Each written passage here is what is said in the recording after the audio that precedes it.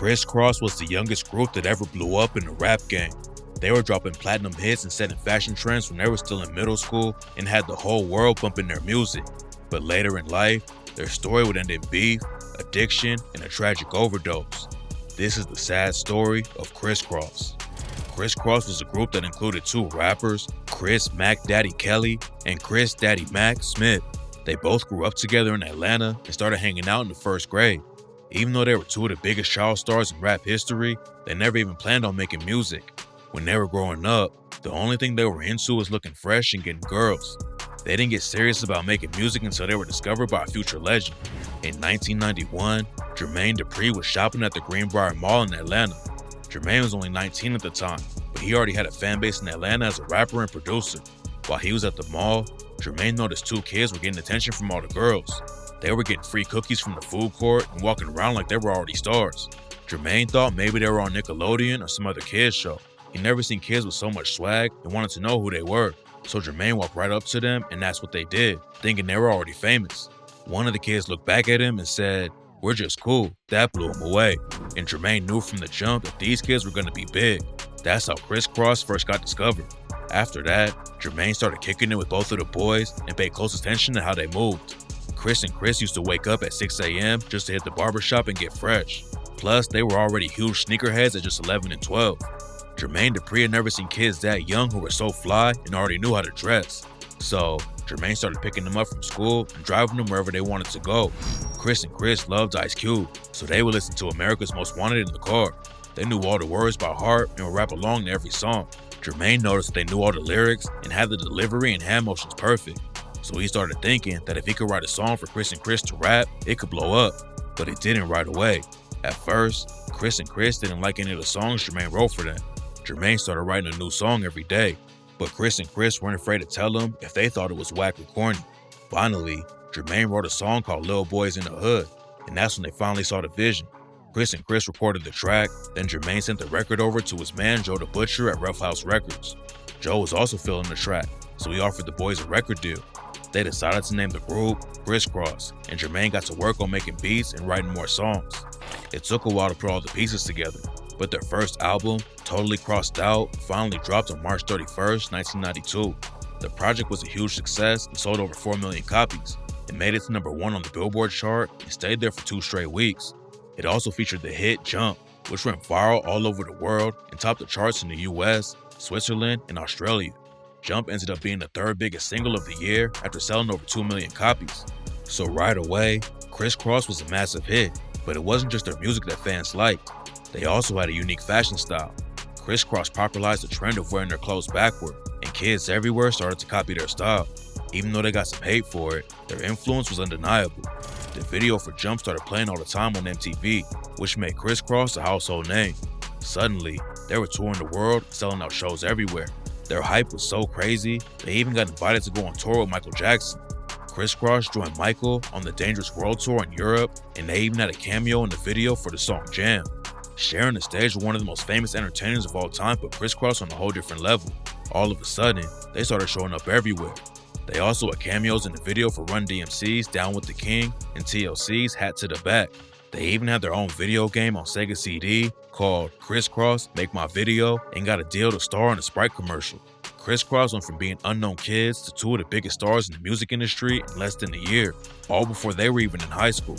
But when you get that much success early on, it can be tough to keep up the momentum. In 1993, they dropped their second album, The Bomb. Even though it still did numbers and went platinum, it didn't live up to the hype of their first album. The Bomb only made it to #2 on the R&B hip-hop chart and #13 on the Billboard 200.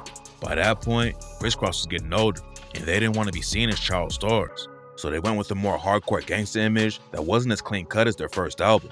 Some fans didn't like the new direction, and the album got mixed reviews. Plus, many of the songs had disses about other crews like the Youngsters and Another Bad Creation. Kriss Kross had a heated beef with Another Bad Creation, which was another kid rap group from the same part of Atlanta. Jermaine Dupri had actually worked with Another Bad Creation before he discovered Kriss Kross. Jermaine was supposed to work on Another Bad Creation's first album, but then they blew up with their first single, Aisha, and never called him back. Jermaine must have been pretty mad, because as soon as Kriss Kross came out, they started taking shots at ABC. Most fans don't know that Jump is actually a diss track. The song originally started with the ABC song Playground playing for a few seconds until someone shut it off and put on Jump. Some of the lyrics are also subtle shots at ABC. On the first verse, Chris Mac Daddy rapped, "Don't compare us to another bad little fad." Later on, he also said, "And everything is to the back with a little slack, cause inside out, it's wiggida wiggida wiggida whack. I come stomping with something pumping to keep you jumping. R&B rap is bullcrap is what I'm dumping. Ain't nothing soft about Kris Kross, we all that. So when they ask, do they rock? Say believe that." ABC was known for wearing their clothes inside out, so when Kris Kross came with the backward clothes trend, they let it be known that the inside out look was whack.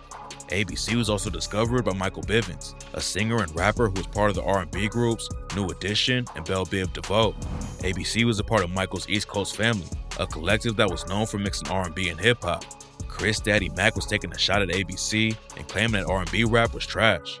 Kris Kross had a more rock and roll attitude, sort of like Run DMC, so from the beginning, Kris Kross had issues with ABC. Over the years, they continued to diss each other, but ABC wasn't the only group Kris Kross was beefing with. They also had problems with a group from Philly called the Youngsters, which was made up of two brothers, Taj Mahal and Q-Ball, plus their cousin, Reek G's. The Youngsters had a song called Pass the Mic, which was buzzing in the summer of '92, the same year Kris Kross was taking over the world. The Youngsters had a harder East Coast sound, and they immediately started dissing Kris Kross for making pop rap and not writing their own lyrics.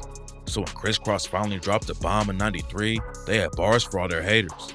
One of the biggest singles from The Bomb was a track called Alright.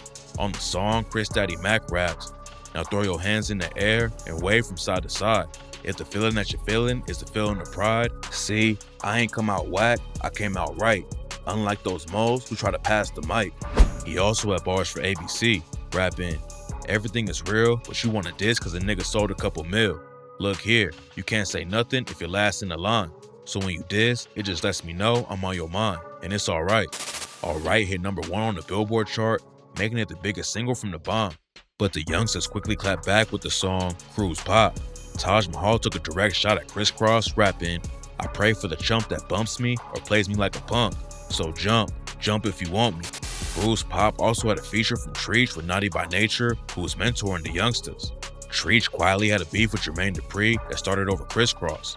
Naughty by Nature felt like Jermaine Dupri jacked their whole style when he put together the Jump video. Naughty by Nature sampled the Jackson 5's ABC to make the beat for OPP, and Jermaine flipped the Jackson 5 sample to make Jump. At the end of the OPP video, Naughty by Nature also does a dance move that's similar to the moves Kris Kross was doing in Jump, so they felt like Jermaine took their whole style and ran with it. There were even rumors that Treach wrote some of the record.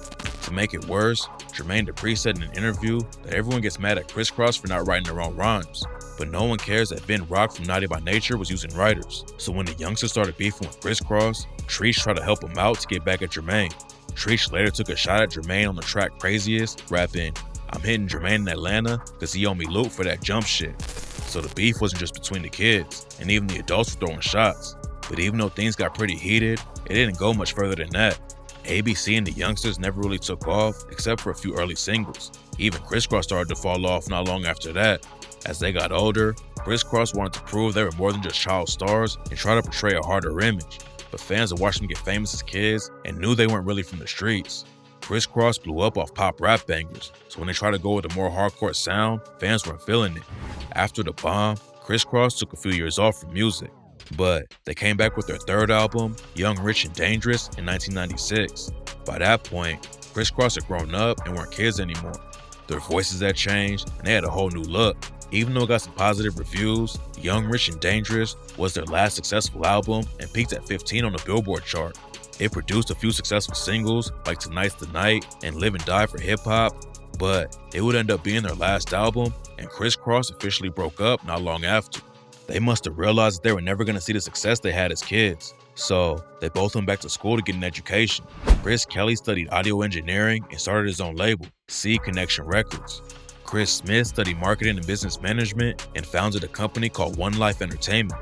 Even though they weren't in the spotlight, it seemed like Chris and Chris were still doing okay and found a way to continue doing what they loved.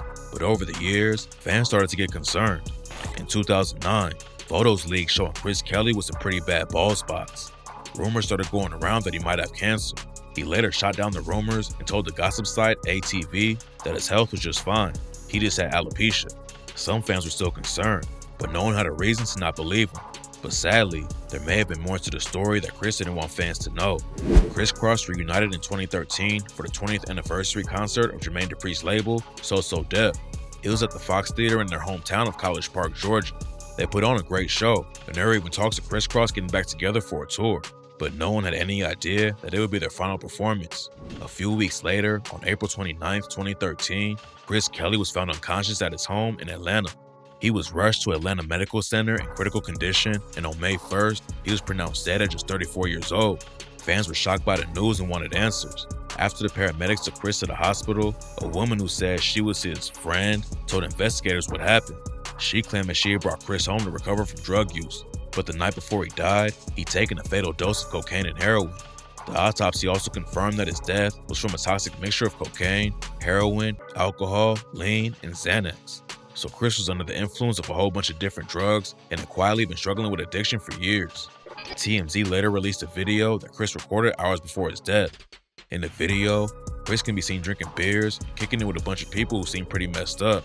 At one point, Kris starts rapping along to one of his new songs and drops the tragic bar, "We don't stop, for nothing or nobody. Look around you, it's full of dead bodies." Hours later, Kris was rushed to the hospital. Kris's death shocked the rap community. No one really knew the demons he was struggling with, and everyone was upset by the news. Jermaine Dupri tweeted out that Kris was like the son he never had and gave him his flowers as a great artist. Chris Smith also put out a statement that said Kris Kelly was his best friend and like a brother to him. They had been friends since first grade and toured the world together as teenagers. Even though Kris Kross broke up, they stayed super close and have reunited for shows a few times over the years. So the death was a major loss, and Chris Smith felt like he lost a close family member. Plenty of other artists also paid their respects to Kris Kelly, and fans said they would wear their clothes backward in honor of his memory. Kris Kelly's mom and uncle both confirmed that Kris had been struggling with drug abuse for years. Sadly, it's pretty common for former child stars to end up getting hooked on drugs. Kris got massively famous when he was still in middle school, but was never able to live up to his early success. That alone can make you depressed and turn to drugs, especially if you have enough money to never work again. But over the years, there have also been rumors that Kris may have been taken advantage of by Hollywood. Daz Dillinger, a rapper who worked closely with Tupac, claims that Kris slept with Jada Pinkett Smith when he was underage. According to Daz, in '93, he was with Tupac and Kris Kross in the studio. They saw Kris leave to go hook up with a girl. When he came back, Kris confirmed it was Jada Pinkett. If his story's true, Kris would have been 15, while Jada was 22. Kris's mom also did an interview where she said that being in the industry at a young age is a big part of what led to Kris's battle with addiction. She doesn't name any names, but says that she knows exactly who first introduced him to drugs and alcohol, and that Kris was encouraged to party by the adults he was around. Whatever went down behind the scenes, it seems like the pressure of getting that famous at such a young age seriously affected Kris Kelly's mental state. But even though Kris Kross never lived up to the success of their first album, they still had a huge impact on hip-hop and will go down in history as legends.